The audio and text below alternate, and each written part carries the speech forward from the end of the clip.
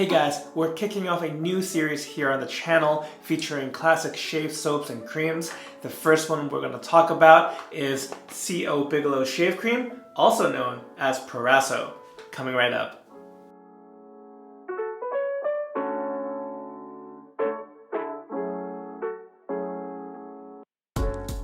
Hey guys, welcome back to the channel. So glad you could join me for today's shave.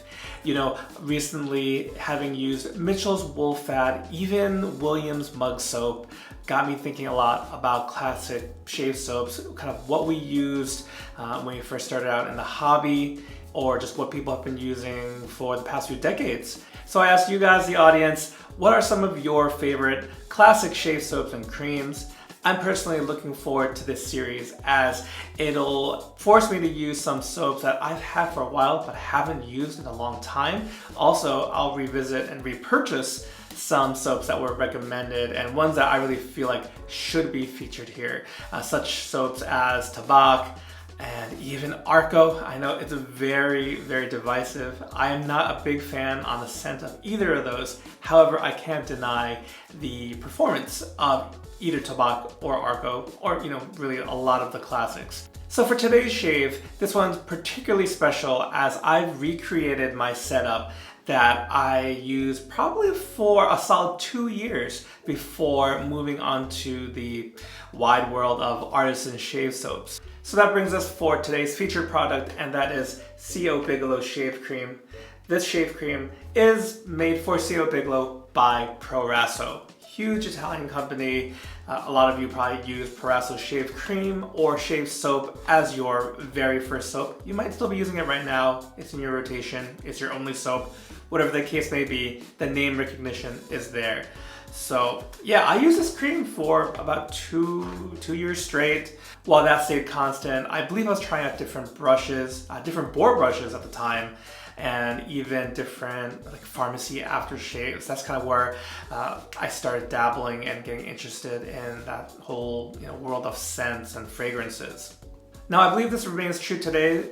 Bigelow is available at multiple stores. At one point, it was available at one of the local grocery store, Wegmans. Unfortunately, it's not carried anymore, but for a short window there, it was available just at the grocery store, which is really cool to see.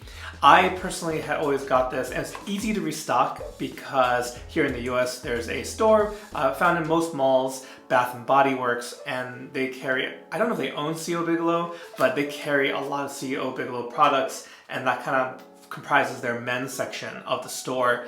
And this is one of the creams, if not the only shaving cream available. It would go on sale all the time.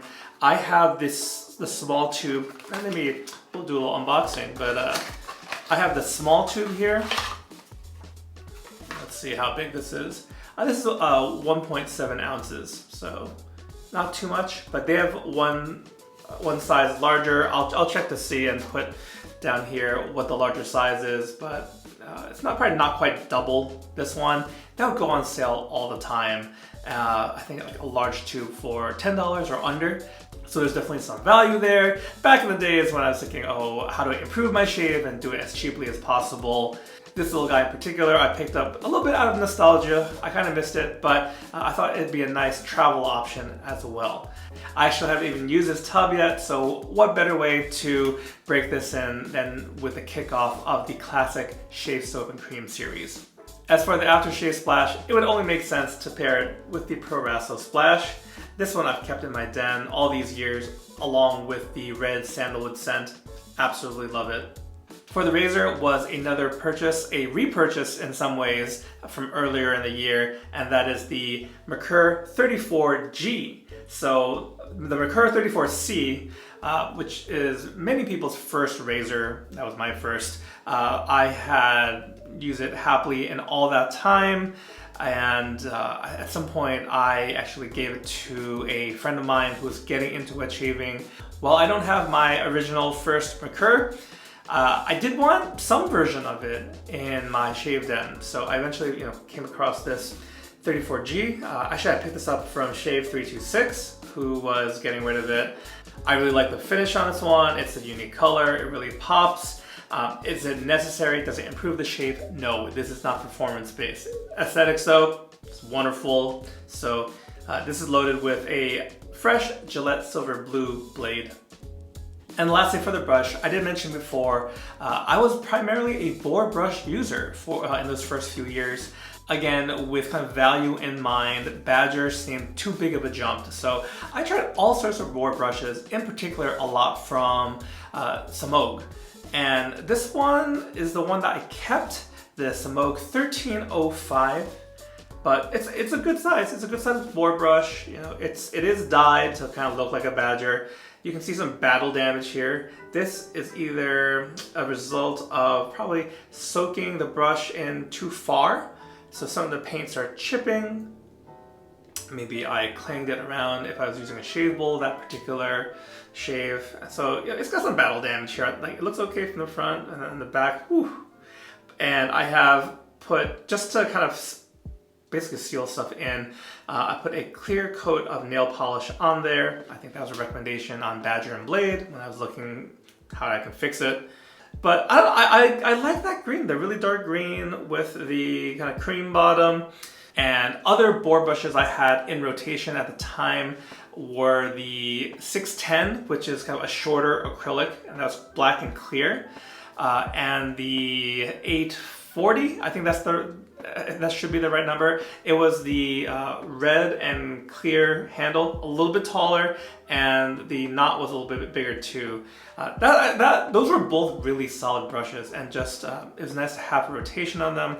As I was downsizing, as I got more into Badger brushes, synth brushes, and the whole world of custom brushes, I had to downsize. So I think I sold those off as a bundle. So that's a little trip down memory lane for me as far as boar brushes go.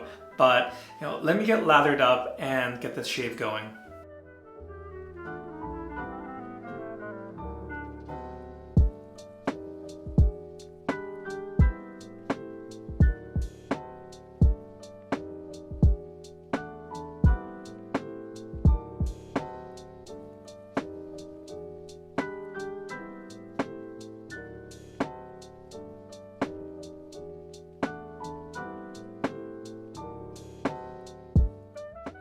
All right, so I've worked the lather up pretty well here. I probably should have maybe pinched a little bit more water out of the brush. Some quick observations is this is a much softer brush than I remember. Partially, I mean, I broke the sucker in real good, so it's not really all that scritchy, honestly. It's great for face lathering, and that's probably, I mean, you know, face lathering has always been my preferred method of lathering. So that's probably no surprise. In general, all those Semogues were great for face lathering. The slightly longer ones obviously can double as a bowl lather, but yeah, this is much softer than I remembered. And also just want to make notes about the scent. So the CO Bigelow Cream or the Proraso Cream, the scent does not match the aftershave splash. So in case you've only used one or the other, they're a little different. I say there's more going on in the aftershave, while the shaving cream itself, it's primarily menthol and eucalyptus oil. So the menthol is really nice for those who like a cooling effect. It's great for hotter days. And I would describe the scent as, you know, masculine, clean, and medicinal. All right, so here we go in with the Merkur 34G.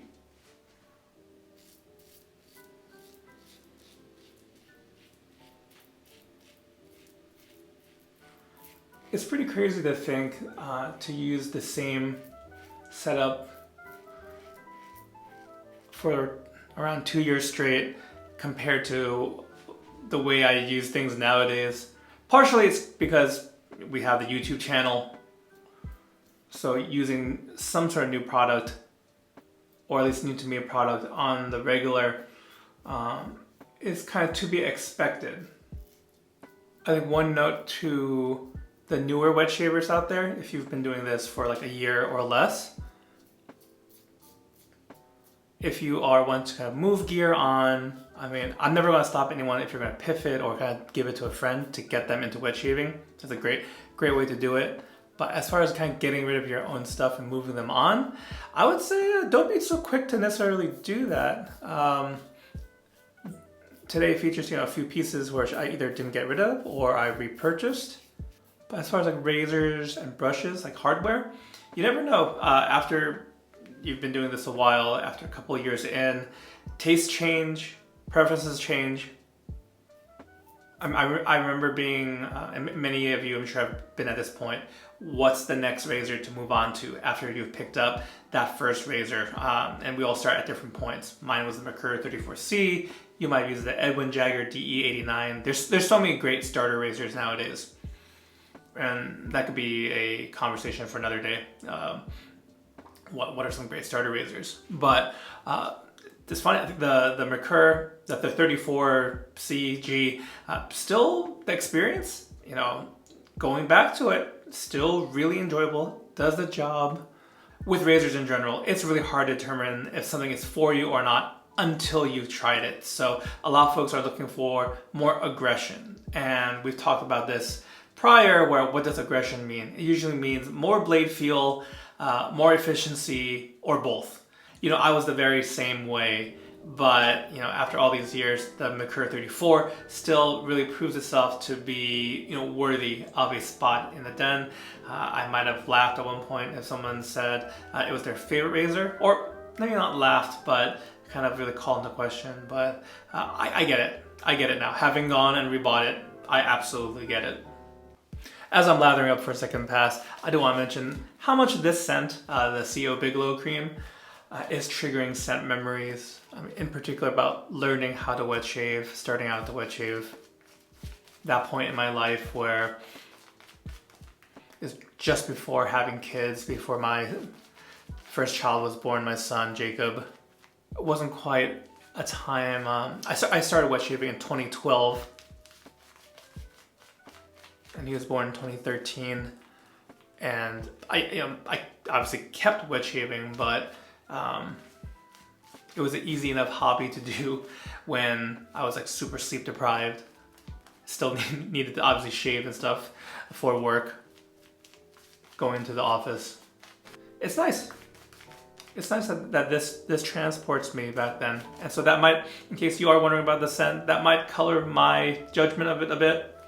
So it does remind me of a kind of, I don't know, times of a naive, fresh wet shaver.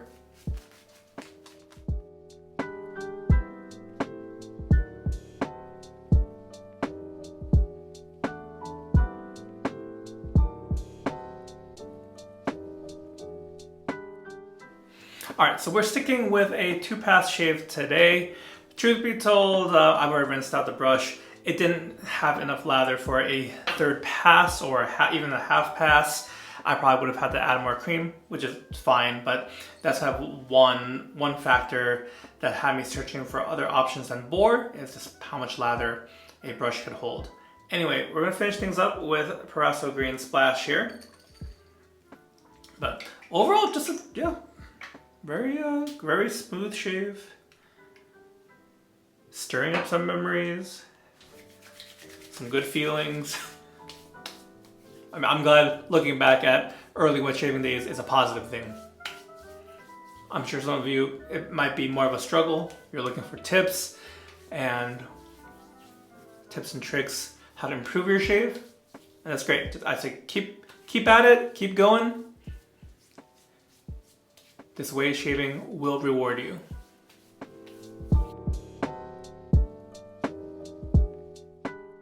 All right, so overall, great shave. The CO Bigelow Cream, it's great. I would probably just keep this around for the scent memories. The performance is average, and that's okay. I do still feel the, well, I guess along with the aftershave, I still feel the menthol cooling, which is nice as I'm recording this during August in the summer. This I think would be a great travel option. Again, this size, 1.7 ounces, great. Put it into your DOP kit. Yeah, really no qualms here. Again, it's not like a super fatted soap, but it's not fussy either. If you're just looking for a relatively quick but enjoyable shave, I think this will do the trick. And as I mentioned, it's pretty easy to get at brick and mortar, as well as your favorite online vendor will carry CO Bigelow. I think this classic is at least worth trying out to see if it's for you. I didn't think we'd talk so much about boar brushes, but we did. So Semogue 1305, it's been a little beat up, but actually nice and soft. Other than the small not holding as much lather, performed fine. And Merkur 34G, I gotta use this more. I mean, I know I'm trying out a lot of different razors in particular on the channel, but I just really enjoyed it. The combination with the Gillette Silver Blue, it kind of cut through, it's like 3 or 4 days of beard growth much more easily than I remembered. I mean, why was I searching for something more aggressive is what I'm thinking. Anyway, as we're winding down, I also want to hear from you. What was your first shave soap or shave cream? And also, while we're at it, what is your favorite classic shave soap or shaving cream? I'm still taking recommendations, suggestions. Either way, let me know down in the comments below. But otherwise, that's gonna do it for today's shave. So thank you guys so much and taking some time out of your busy day for joining me for this video. I hope you guys have a great day, and I'll catch you next time. Take care. Today's video was made possible in part by our wonderful patrons. For more information about our Patreon, check out patreon.com/lathertalk. You can also check out our Etsy store and pick up a comfy Lather Talk t-shirt or coffee mug. Find all the links down below.